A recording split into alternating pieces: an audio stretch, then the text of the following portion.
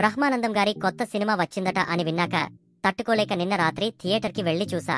Cinema పేరు బ్రహ్మ ఆనందం. బాగుంటుందా? సో ఇప్పుడే చూస్తొచ్చాం. ఇప్పుడు మీకు అసలు సంగతులు చెబుతా. ఇది బ్రహ్మానందం గారు తాతగా నటించిన సినిమా.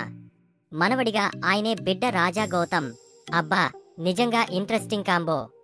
ఇక దీని ప్రొడ్యూసర్ మళ్ళీ రావా, ఏజెంట్ సాయి శ్రీనివాస ఆత్రేయ, మసుదా లాంటి బ్లాక్ బస్టర్స్ ఇచ్చిన సోదరం ఎంటర్టైన్మెంట్స్ ఇప్పుడు బ్రహ్మితో మరో బ్లాక్ బస్టర్ కొట్టారా లేదా?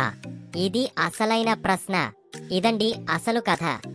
ఓ ముసలాయన తన జీవితంలో ఒంటరిగా ఉంటూ మనవడితో కొంతకాలం గడపాలని అనుకుంటాడు. కాని మనవడికి ఆ ముసలాయన అంటే ఏమాత్రం ఇంట్రెస్ట్ లేదు. అయితే ఆస్తి చూపించి ఎలాగైనా మనవడిని తన దగ్గర ఉండేలా చేసుకున్నాడు. ఈ గేమ్ ఎలా నడిచింది, ఆ ముగింపు ఏంటి అనేదే సినిమా పాయింట్. ఇక అసలు సినిమా గురించే చెప్పాలి అంటే పాజిటివ్ పాయింట్స్. బ్రహ్మి గారి స్క్రీన్ ప్రెజెన్స్ మళ్ళీ చాలా కాలం తర్వాత బ్రహ్మానందం గారిని ఫుల్ ఫన్ క్యారెక్టర్లో చూడడం ఓ ఫెస్టివల్లా అనిపించింది. ఆయన హావభావాలు, కామెడీ టైమింగ్ అదుర్స్. రాజా గౌతమ్ బ్రహ్మానందం మధ్య ఎమోషనల్ బాండ్, కొన్ని సీన్స్ లో ఇద్దరి కెమిస్ట్రీ బాగా వర్కౌట్ అయింది. చాలా బ్యూటిఫుల్ మూమెంట్స్ ఉన్నాయి.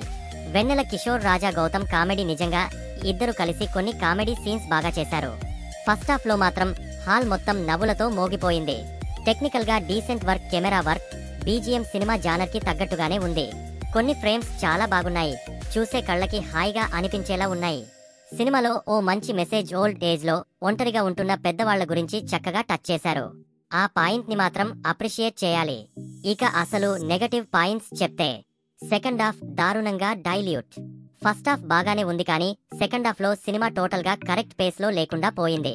అసలు కథను పట్టించుకోకుండా కేవలం కామెడీ పేరుతో రాండమ్ సీన్స్ మోసివేశారు.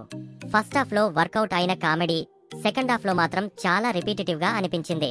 కథ నడిపిన విధానం, స్టోరీ స్టార్ట్ ఎలా అయిందో ఎక్కడికి వెళ్ళిందో చివరకు ఎలాగోలా ముగించేశారు. అసలు మెయిన్ కాన్ఫ్లిక్ట్ ను ఫస్ట్ హాఫ్ లో బాగానే ఎస్టాబ్లిష్ చేశారు, కానీ సెకండ్ హాఫ్ లో దాన్ని ఫార్గెట్ చేసి అస్సలు లింక్ లేకుండా రాండమ్ ఎపిసోడ్స్ వేసేశారు. ఎమోషన్ కనెక్ట్ కాలేదు. ఇది ఓ ఫీల్ గుడ్ సినిమా అవ్వాలి అంటే మనం క్యారెక్టర్స్ తో కనెక్ట్ అవ్వాలి, కానీ ఇక్కడ అస్సలు కనెక్ట్ అయ్యేలా లేవు. బ్రహ్మి అండ్ రాజా గౌతమ్ మధ్య ఉన్న బాండ్ ని బాగా ఎలివేట్ చేయాల్సిన చోట కామెడీ పేల్చాలని ప్రయత్నించి సినిమా వదిలేశారు. క్లైమాక్స్ చాలా వీక్. అసలు ఎక్కడైనా ఫీల్ గుడ్ మూవీస్ కి హైలైట్ అయ్యేది క్లైమాక్స్, కానీ ఇక్కడ మాత్రం డైలాగ్స్ సంబంధం లేకుండా ఉన్నాయి. కనీసం ఎమోషన్ ని ప్రాపర్ గా హ్యాండిల్ చేయలేదు. సడన్ గా ముగించేయడం వల్ల అస్సలు సంతృప్తి రాలేదు. పూర్తిగా ఒక అనవసరమైన పాట. సినిమా మధ్యలో వచ్చిన ఒక ఫిల్లర్ సాంగ్ అసలు అవసరం లేదు. సినిమాలో ఉన్న మెయిన్ ఎమోషన్ ని పూర్తిగా డైల్యూట్ చేసేసింది. Lip sync issues. కొన్ని సీన్స్ లో లిప్ సింక్ అస్సలు మ్యాచ్ అవ్వలేదు. రీసెంట్ మూవీస్ లో ఈ సమస్య ఎక్కువైపోతుంది. కథ చెప్పే విధానం చాలా పాత మోడల్. ఈ రోజుల్లో స్ట్రాంగ్ స్క్రీన్ ప్లే లేకపోతే సినిమాలు నడవవు. కానీ ఇక్కడ first half okay, second half లో దారుణంగా పాడి చేశారు. ఒక గొప్ప పాయింట్ ఉండడం వల్లే సినిమా మీద హైప్ వచ్చింది, కానీ ప్రెజెంటేషన్ లో చాలా ఫ్లాట్ గా తయారైంది. Movie final verdict. ఓవరాల్ గా బ్రహ్మి స్క్రీన్ ప్రెజెన్స్, కొన్ని కామెడీ సీన్స్ బాగున్నాయి, కానీ కథ చెప్పిన విధానం, ఎమోషన్ కనెక్ట్ కాకపోవడం, క్లైమాక్స్ చాలా వీక్ అవ్వడంతో సినిమా ఎవరేజ్ ఫీలింగ్ ఇస్తుంది. బ్రహ్మానందం గారి ఫ్యాన్స్ అయితే ఒకసారి చూడొచ్చు. మంచి ఎమోషనల్ ఫీల్ గుడ్ సినిమా కావాలంటే నిరాశే. కేవలం కామెడీ కోసం చూస్తే ఫస్ట్ హాఫ్ బాగుంది, సెకండ్ హాఫ్ మాత్రం పర్వాలేదు.